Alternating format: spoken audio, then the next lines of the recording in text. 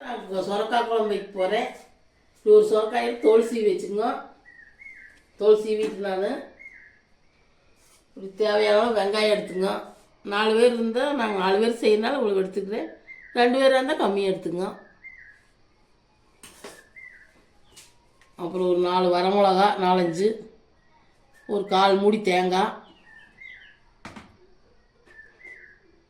கொஞ்சம் சீரகம், கொஞ்சம் சோம்பு, ஒரு 3 கிராம்பு, ஒரு 2 பட்டை, கொஞ்சம் கசகசா, இதோட 1.5 ஸ்பூன் கொத்தமல்லி பொடி சேர்த்திக்கலாம்.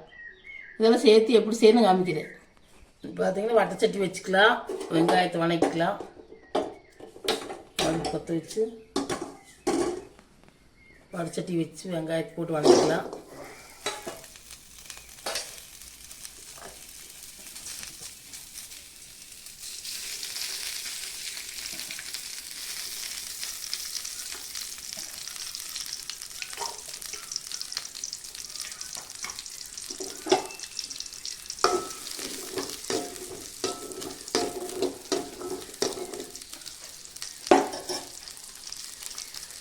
மிளகாயும் போட்டுக்கலாம்.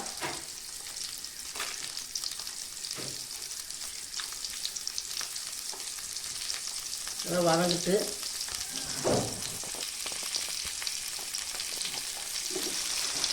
பார்த்தீங்கன்னா கருவேப்பிலை போட்டுக்கலாம். சீரகம், கிராம்பு, பட்டையெல்லாம் போட்டுக்கலாம். கொஞ்சம் வதங்கினதுக்கப்புறம் வெங்காயம் இந்த அளவுக்கு வதங்கினதுக்கப்புறம் இதெல்லாம் வேசிக்கலாம்.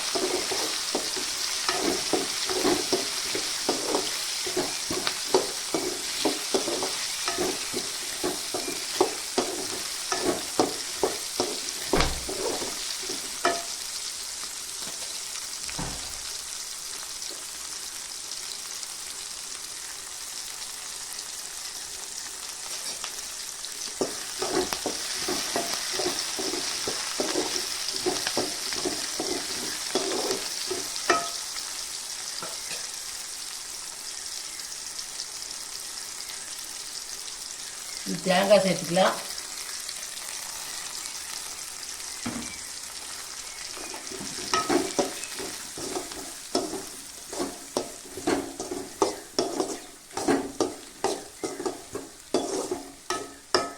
தேங்காய் அதிகமாக வதக்க வேண்டிய ஒரு வதக்கு வதக்கிட்டு கொத்தமல்லி தூள் சேர்த்துக்கலாம்.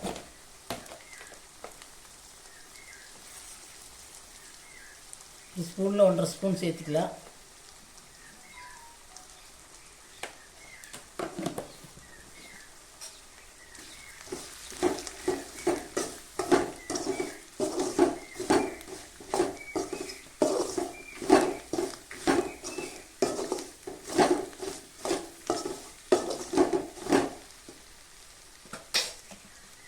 சேர்த்துட்டு அடுப்பு ஆஃப் பண்ணிடலாம். மஞ்சத்தூள் 1 ஸ்பூன் சேர்த்துக்கலாம்.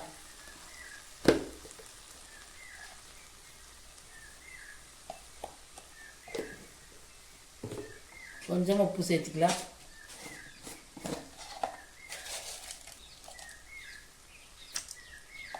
நீ 6 நேரம் அரைச்சிட்டு எப்படி செய்யணும் காமிக்கிறேன். பார்த்தீங்கன்னா அரைச்சாச்சு. இப்படி சொரக்காயை எடுத்து கட் பண்ணி வச்சுக்கோங்க. ஒரு சொரக்காயை நீ எப்படி செய்யணும் காமிக்கிறேன். இப்படி ஒரு ஊசி வச்சுக்கோங்க.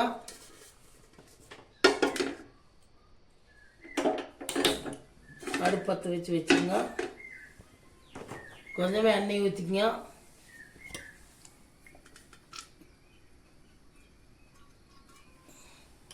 எண்ணெய் காயிட்டு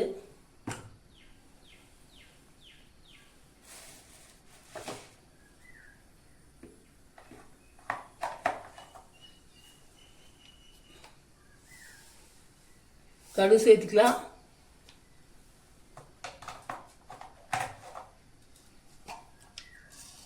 கடலைப்பருப்பு சேர்த்துக்கலாம்.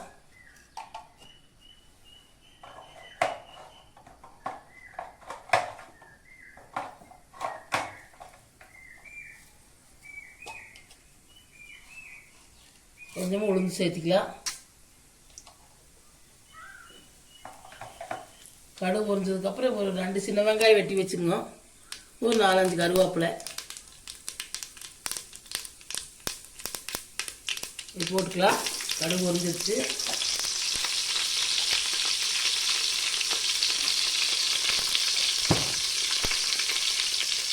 காயை போட்டுக்கலாம். காயை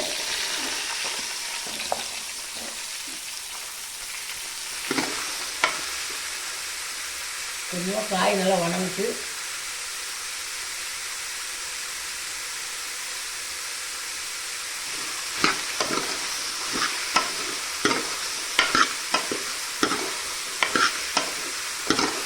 பார்த்தீங்கன்னா இந்த அளவுக்கு காய் வணங்கினதுக்கப்புறம் நல்லா வணங்கிக்கணும். இது பார்த்தீங்கன்னா அரைச்சல் ஊற்றிக்கலாம். மிளகை தேவையான அளவு தண்ணி ஊற்றிக்கலாம்.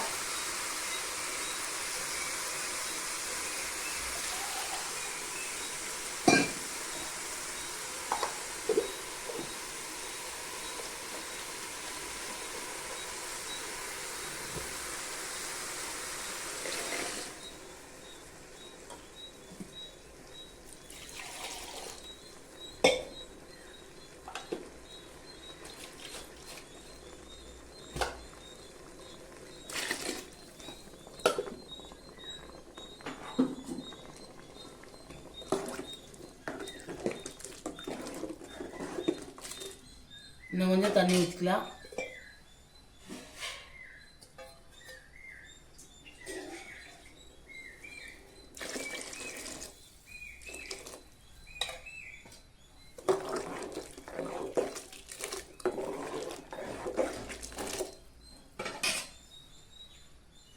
இந்த அளவுக்கு ஊற்றிட்டு இன்னும் கூட கொஞ்சம் ஊற்றிக்கலாம்.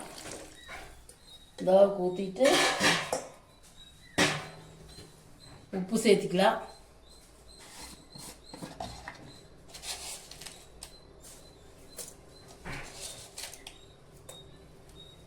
உப்பு சேர்த்து மூடி போட்டு நல்லா காய் வேவிட்டு காய் வெந்ததுக்கப்புறம் காமிக்கிறேன்.